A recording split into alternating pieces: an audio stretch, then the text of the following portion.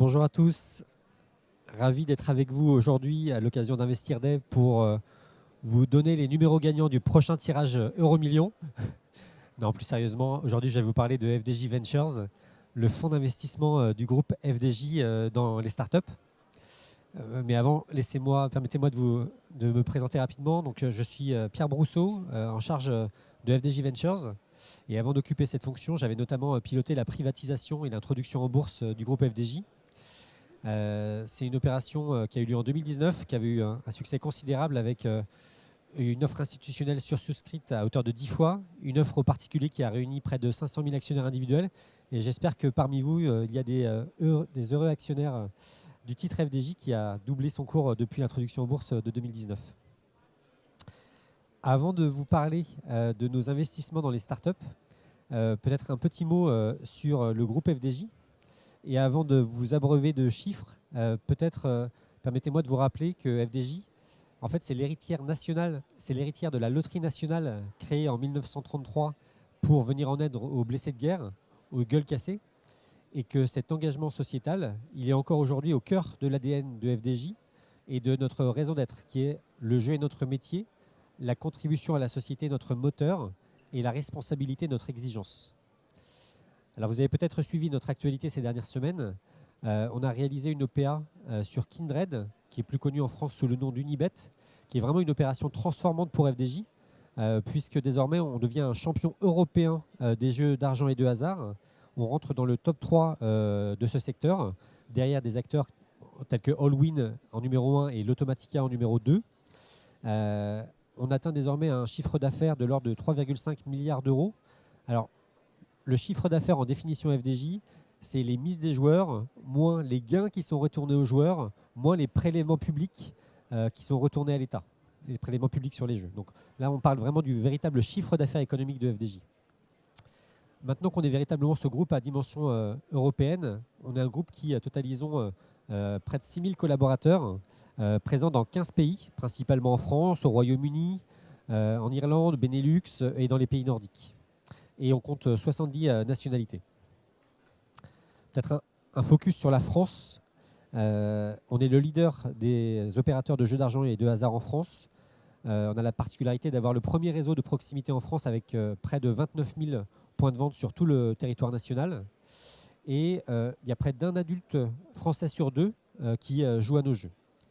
Et on est fiers de pouvoir dire qu'on rend heureux 188 millionnaires par an, donc 1 millionnaire tous les 2 jours. Et puis en termes de redistribution, c'est près de 7 milliards d'euros qui sont redistribués en termes de contribution économique en France. Et en termes de redistribution à l'État, c'est près de 1% du budget de fonctionnement de l'État. Nos activités, on a 4 verticales principales. Je vais passer un peu vite. Hop. Des activités, tout d'abord, exercées sous droit exclusif. Ça concerne les jeux de loterie, qu'ils soient distribués en ligne et en point de vente. Vous connaissez traditionnellement nos jeux de grattage et nos jeux de tirage. On exerce également une activité de paris sportif en point de vente sous la marque Parion Sport, point de vente. Et puis, notre deuxième verticale, ce sont les jeux et paris en ligne qui viennent de prendre une envergure supplémentaire suite à l'acquisition de Kindred. Donc, on opère sur les verticales du pari sportif en ligne, du pari épique en ligne, du poker en ligne, et puis plus récemment, via Kindred, du casino en ligne, pas en France parce que cette activité n'est pas autorisée à ce stade en tout cas. Une troisième verticale qui est la loterie internationale avec une acquisition également récente de l'opérateur irlandais de loterie récemment. Et puis des activités émergentes, notamment à travers une marque qui s'appelle Nirio, où on cherche à se diversifier dans les paiements et services. Le but de ces activités émergentes, c'est de rendre le modèle économique de FDJ plus résilient. Maintenant que j'ai fait cette petite introduction sur FDJ, laissez-moi vous parler de FDJ Ventures. Donc FDJ Ventures, c'est notre fonds d'investissement dans les startups. Ma mission et celle de mon équipe, c'est de détecter, financer et accompagner les startups qui vont aider le groupe FDJ à mettre en œuvre sa stratégie d'innovation. Donc c'est un fonds clairement qui assume sa dimension stratégique et sa dimension à contribuer à aider le groupe à se transformer. On a une thèse d'investissement early stage de Précide Aceria, donc vraiment sur des startups très jeunes, qui est alignée sur la stratégie d'innovation du groupe et sur nos 5 verticales d'innovation. Je pense au futur des jeux d'argent, au futur de l'expérience joueur, au futur de la distribution omnicanal, au sujet d'engagement et d'impact. Et puis enfin, on regarde de près tous les marchés et technologies émergents. On a un fonds doté de plus de 110 millions d'euros, ce qui fait de nous l'un des 20 premiers fonds de capital risque de grands groupes en France. Alors FDJ Ventures, c'est quoi concrètement? Si on regarde la partie droite de la slide, c'est d'une part ce que nous on appelle une activité fonds de fonds, qui avait été initiée en fait dès 2015 par le groupe. On était assez précurseur dans le domaine. Et donc c'est quoi en fait cette partie-là? Eh bien en fait, ce sont des investissements indirects dans des startups réalisés par des fonds partenaires chez qui on a mis de l'argent. Et parmi ces fonds partenaires, il y a des fonds généralistes tels que Partech, mais aussi des fonds vraiment verticalisés sur certaines thématiques. Je pense à Sparkle Ventures, qui est spécialisé sur les sujets d'IA et de blockchain, par exemple. Plus récemment, on a lancé nos propres fonds, les fonds du groupe FDJ, sur la partie gauche de la slide, avec une première génération en gestion déléguée à Serena, et puis depuis peu, la capacité à investir en direct, en minoritaire, dans des startups. On a également une autre galaxie de partenaires de typologies différentes. Ça peut être des associations, des accélérateurs de startups, etc.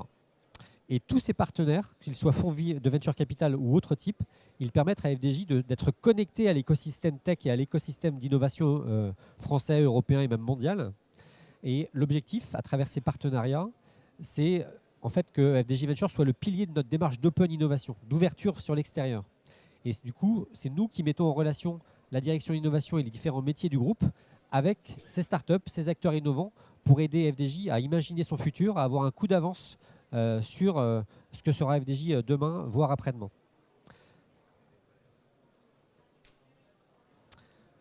Du coup, on se fixe 5 objectifs chez FDJ Ventures et je vais vous livrer les premiers résultats de ce qu'on fait au quotidien. Le premier objectif, j'ai commencé à l'évoquer avec vous, c'est cette notion de scouting, de sourcing, de détection des startups pertinentes pour nous aider à nous transformer. Donc chaque année, mon équipe voit passer plus de 1000 nouvelles startups et à travers un travail de filtrage qu'on réalise, ça aboutit sur une vingtaine, une trentaine de collaborations entre FDJ et des startups détectées par FDJ Ventures, en lien avec les 5 verticales d'innovation que j'ai évoquées tout à l'heure. Deuxième objectif qu'on a, une fois qu'on a détecté les startups pertinentes, c'est d'avoir la capacité à les financer et à les accompagner financièrement et voire même aller un cran plus loin, de les aider à grandir plus vite grâce aux actifs, au réseau de FDJ. Donc à ce stade, via les fonds du groupe FDJ, on a une quinzaine de startups en participation, qu'ils aient été réalisés via notre partenariat avec Serena ou via nos investissements en direct. Il y a des startups dans le domaine du gaming, il y a des startups dans le domaine de l'impact, il y a des startups dans le domaine de l'IA, de la blockchain. Je détaillerai tout à l'heure un peu plus précisément les quelques collaborations à mettre en avant. Et une fois que ces startups sont en portefeuille, l'idée, c'est de les accompagner au-delà du simple accompagnement financier. Donc pour ça, on a mis en place un dispositif qui s'appelle FDJ for Startups, qui vise à en fait, essayer de faciliter les collaborations entre FDJ et ce portefeuille de startups. Ces collaborations, qu'elles soient menées par la direction innovation ou par les BU de FDJ elles-mêmes. Et puis surtout, de faire en sorte que FDJ Ventures puisse un petit peu dérouler le tapis rouge, chouchouter ces startups en portefeuille. Donc on essaie de leur donner accès, un accès privilégié aux actifs de FDJ. Donc je pense à son réseau de points de vente, à ses plateformes de distribution en ligne par exemple. De leur donner accès à nos expertises, donc dans le domaine juridique, dans le domaine RH, dans le domaine communication, dans le domaine IA, cybersécurité par exemple. Et puis de leur donner accès à tout notre écosystème, en bref, essayer de les accélérer. Troisième objectif, celui de la rentabilité. Comme tout fonds qui se respecte, on vise la rentabilité pour pouvoir redistribuer à nos actionnaires via les dividendes le fruit de notre travail. Donc au-delà de la valeur stratégique, innovation, impact qu'on essaie de mettre en œuvre, il y a bien le rendement financier qui est très important. Donc je vous ai dit tout à l'heure, on a un fonds doté de plus de 110 millions d'euros. À ce stade, sur ces 110 millions d'euros, il y en a 62 millions qui ont d'ores et déjà été investis, cash-outés. Et ces 62 millions, sur la base d'un multiple net d'une performance moyenne de 1,41, ils en valent en théorie 88 millions, ce qui nous permet de dégager une plus-value latente ou réalisée, il y a les deux, de l'ordre de 26 millions d'euros. Et ces 26 millions d'euros, ils se retrouvent dans les résultats financiers cumulés de FDJ et donc dans les dividendes redistribués aux actionnaires individuels et institutionnels. Ça représente un TRI net de l'ordre de 12%, ce qui est supérieur d'une part au WACC de FDJ, et d'autre part, en fait, à la moyenne de la performance moyenne du secteur du venture capital et du growth en France. Donc on est pour l'instant plutôt en ligne avec la performance financière attendue par le marché en tout cas. Croisons les doigts. Voilà. Quatrième objectif, j'ai commencé à en parler aussi, à travers tout ce qu'on voit passer dans l'écosystème, toutes les antennes déployées, et ben notre objectif c'est de ramener ça au sein de l'entreprise, d'acculturer en interne sur toutes les nouvelles tendances, tous les nouveaux acteurs innovants qu'on voit passer. Bref, essayer d'un petit peu secouer FDJ de l'intérieur pour la faire se transformer. Ça passe par le fait de préparer des décryptages pour notre COMEX, pour les collaborateurs FDJ, le fait de leur faire rencontrer des acteurs innovants, le fait d'organiser des événements, le fait d'organiser des learning expeditions pour les collaborateurs. Voilà. Et puis, on a un objectif aussi qui est celui du rayonnement externe, de présenter FDJ sous un jour qui est peut-être un peu méconnu à ce stade, comme une entreprise tech innovante qui prépare son futur, qui est portée vers les nouvelles technologies. Et c'est d'ailleurs un petit peu l'objet de mon intervention aujourd'hui devant vous, c'est de vous faire un peu plus connaître ce qu'est FDJ et notre stratégie d'investissement dans les startups. Donc pour ça, on est présent dans les médias, dans les réseaux sociaux, dans les événements comme aujourd'hui. Et puis pour la première fois l'année dernière, on a été présent à Viva Technologies, qui est le premier salon d'innovation et tech en Europe, avec un stand, et on sera présent de nouveau en 2025. Le dernier objectif, en lien avec notre raison d'être, notre engagement de contribution à la société, on essaie de faire gagner la tech française et européenne. Le slogan corporate de FDJ, je ne sais pas si vous le connaissez, c'est « Et voir la France gagner ». Moi, ce que j'essaie de faire à mon niveau, au niveau de FDJ Ventures, c'est la déclinaison « Et voir la French Tech gagner ».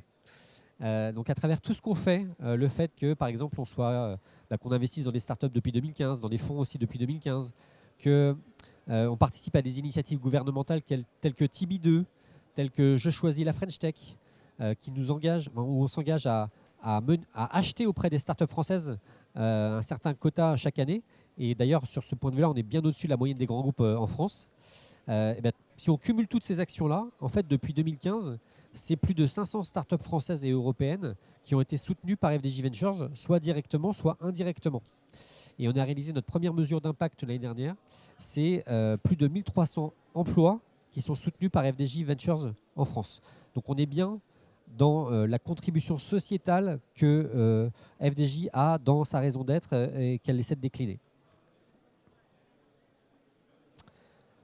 Un dernier mot peut-être pour vous illustrer ces propos, ces véritables collaborations concrètes entre FDJ et des startups qu'on a pu détecter. Alors ces startups, elles ne sont pas forcément toutes en portefeuille. Ici, il y en a 3 en portefeuille, il y a Comet, Leonardo et Dift. Mais en fait, si je reviens à l'objectif numéro 1, nous, ce qu'on cherche, c'est d'abord identifier les startups pertinentes. Parfois, on finit par investir dedans, parfois pas, mais voilà. Donc là, je vais vous illustrer 6 collaborations entre FDJ et des startups qu'on a détectées. Donc la première d'entre elles, elle est sur la verticale du futur des jeux d'argent.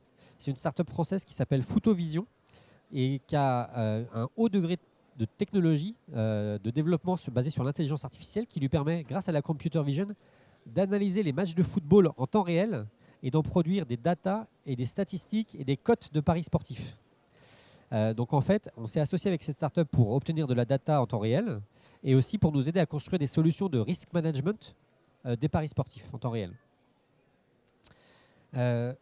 Deuxième illustration, c'est une startup également française qui s'appelle Comet, qui est spécialisée dans les jeux et services blockchain. Et avec eux, on a co-développé notre premier jeu Web3 qui s'appelle Ultimate Numbers, qui est un jeu de collection basé sur la blockchain qui n'est pas encore lancé. On attend les autorisations réglementaires en France pour pouvoir le lancer, mais en tout cas, il est tout prêt. On n'a plus qu'à appuyer sur le bouton. Et bientôt, vous pourrez jouer à Ultimate Numbers pour tenter. En fait, c'est un jeu de loterie nouvelle génération dans lequel vous pourrez collectionner vos cartes boules de loto ou d'euro-million. Troisième illustration, toujours sur cette verticale des technologies et marchés émergents. Vous avez peut-être entendu parler de la startup Leonardo.ai qui a été acquise récemment par l'acteur Canva. Avec eux, donc c'est une startup australienne dans laquelle on a investi il y a 1 an. On vient de faire l'exit auprès de Canva et donc en 14 mois, on a fait un multiple de x3. Ça a été un succès considérable. Et avec eux, on est en train d'imaginer des créations d'actifs et visuels digitaux pour nos jeux de loterie en ligne, pour nos campagnes de marque ou nos campagnes sur les réseaux sociaux. Grâce à l'IA générative, ça nous permet de créer des contenus digitaux de façon beaucoup plus agile, rapide, moins chère, etc. Donc c'est vraiment comment on imagine nos pratiques digitales de demain grâce à l'IA générative. Quatrième illustration, toujours sur cette verticale engagement et impact, avec Sweep qui réalise des bilans carbone. On s'est associé pour piloter et réduire nos émissions carbone. Avant-dernier exemple avec Dift, que vous connaissez peut-être sous l'ancien nom Captain Cause, la start-up cofondée par Frédéric Mazella, le fondateur de Blablacar. Avec eux, on a collaboré sur le jeu Mission Nature, qui est un jeu de grattage en faveur de la préservation de la biodiversité. Et grâce à cette start-up, ça nous permet de sélectionner les projets, les associations de biodiversité vers lesquelles sont réfléchis les dons et les gains des joueurs. Dernière illustration, une start-up toujours française qui s'appelle YouMay, qui lutte contre le harcèlement des rues. Et on s'est associé à cette start-up pour faire en sorte que notre réseau de points de vente soit référencé comme des lieux refuges en cas de harcèlement de rue. Donc toujours dans cette dimension d'impact sociétal. Vous voyez que sur les 6 exemples que j'illustre ici, il y en a 5 qui sont réalisés avec des start-up françaises. Donc on est bien toujours dans cette idée de contribuer au succès et au développement de la French Tech. Je vous remercie et je suis à votre disposition si vous avez des questions.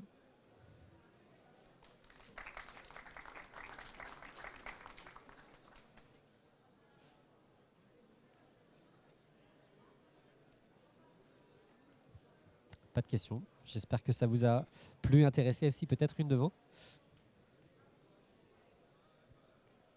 Bonjour. Bonjour, merci. J'avais une question, je voudrais savoir à peu Alors, près... je vous entends très très mal, je vais me rapprocher de vous peut-être. Je voudrais savoir combien d'investissements vous faites à peu près par mois ou par an. Enfin, est-ce que vous avez un... Ouais. Alors, on ne se donne pas d'objectif d'investissement par an. Alors, je ne suis pas sûr que tout le monde ait entendu, la question est combien faites-vous d'investissements par an? On ne se donne pas d'objectif de nombre d'investissements par an. Ce sont les opportunités aussi qui font les bons investissements. Historiquement, via notre fonds avec Cereda, on faisait 4 à 5 investissements par an. Et là, on commence tout juste, comme vous l'avez compris, nos investissements en direct, en minoritaire dans les startups. Et là, on est sur un rythme peut-être un peu plus lent, étant donné les conditions de marché qui s'étaient détériorées depuis 2 ans sur le secteur du venture capital. Mais on constate un vrai rebond là sur début 2024 et sur toute l'année 2024. Et donc, on compte accélérer nos investissements vers un rythme en temps normal qui devrait être autour de 6 investissements par an, je pense. Voilà. Là, je ne parle que des startups. Je ne parle pas de l'activité fonds de fonds. Parce que des tickets dans des fonds, on en met 1 ou 2 par an. Voilà.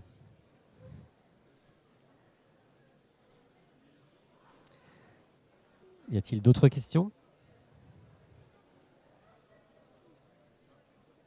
Oui. Allez, je vais vous tendre le micro. Est-ce qu'une partie des startups que vous financez ont vocation à rester dans FDJ? Est-ce que c'est possible pour FDJ d'acquérir après ces startups-là? Alors la question porte sur les acquisitions potentielles in fine par FDJ des startups au portefeuille de FDJ Ventures. Alors, ce n'est pas la vocation première de FDJ Ventures. Nous, on investit en minoritaire dans les startups pour les accompagner, les aider à se développer et faire en sorte que FDJ aussi se transforme et crée une relation gagnant-gagnant avec.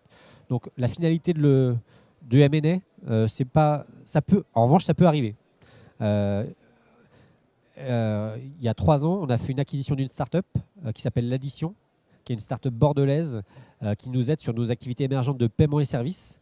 Donc il y a déjà eu le cas, mais on va dire que ce n'est pas la majorité des cas. Voilà.